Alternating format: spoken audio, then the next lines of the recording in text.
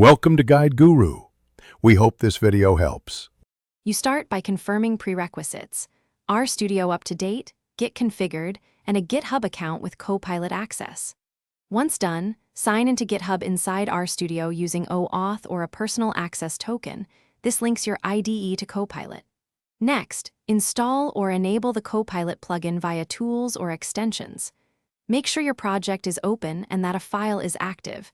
Copilot activates per buffer, so create an R script to trigger suggestions immediately. Once Copilot is enabled, open an R script or R Markdown and start typing a comment describing the task.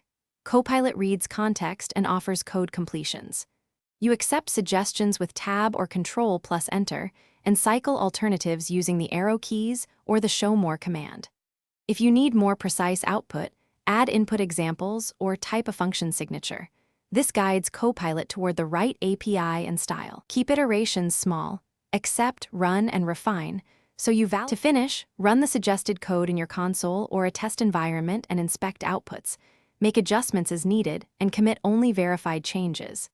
If suggestions stop appearing, re-authenticate to GitHub, toggle the extension off and on, or restart Rstudio. This resolves most session issues. If problems persist, check network or proxy settings and ensure your personal access token has correct scopes. Remember, Copilot helps write code, but you must validate behavior and dependencies before deployment. Thanks for watching. Consider subscribing if we helped you today.